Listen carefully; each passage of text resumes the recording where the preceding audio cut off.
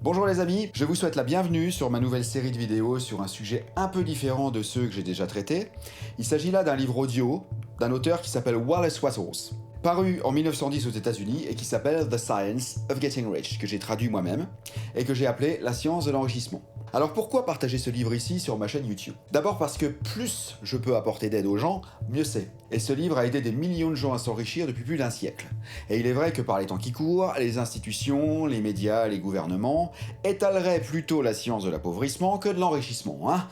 Donc un peu de beurre dans les épinards, dans l'assiette de tous, ne fera de mal à personne, on sera bien d'accord. Ensuite, parce qu'à la fac d'anglais où j'ai passé quelques années, j'ai eu une formation de traducteur, et j'ai décidé de mettre mes compétences à profit pour rendre ce fameux livre en français, de façon à ce que mes compatriotes et colocuteurs en général, même à l'autre bout de la planète, puissent en profiter aussi.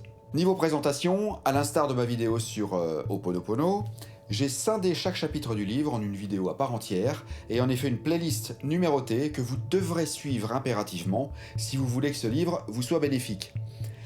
Une fois le livre écouté, plusieurs fois, rien ne vous empêchera bien sûr de piocher ici et là dans les chapitres pour écouter les passages précis. Je vous y encourage même. Alors avant de vous inviter à écouter le livre, il est très important que vous l'abordiez en ayant pris d'abord note de deux choses qui, à mes yeux, sont indispensables pour une écoute sereine et détachée. Premièrement, le travail de tout traducteur qui se respecte est de coller le plus possible à l'idée véhiculée par l'auteur, ainsi qu'à son style. C'est-à-dire qu'en aucun cas, le traducteur ne devra améliorer l'original ou l'édulcorer. Par exemple, si l'auteur emploie un terme choquant ou ordurier, le traducteur devra le traduire à la lettre. Idem pour les répétitions, les bizarreries ou les erreurs de style.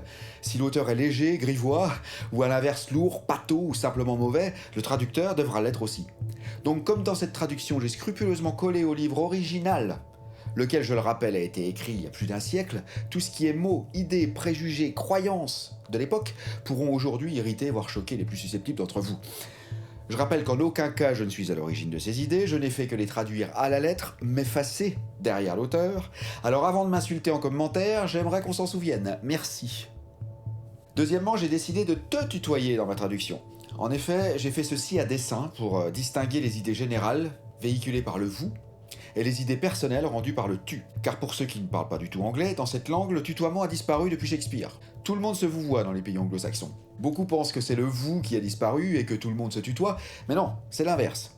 L'ancien tu, qui était thou, et qui se déclinait, ne se retrouve plus dans la Bible, les pièces de l'époque élisabéthaine ou les expressions figées comme holier than thou par exemple, qui, au passage, est un morceau de Metallica pour les fans. Mais bon, nous nous égarons, revenons à nos moutons. Ce brave monsieur Wattles, qui s'appelait Walters, Wattles c'est son pseudonyme, a par la suite écrit deux autres grands livres qui s'intitulent The Science of Being Great, The Science of Being Well, que je vous livrerai aussi peut-être, quand j'aurai décidé de les traduire, plus tard, si vous aimez cette science de l'enrichissement évidemment.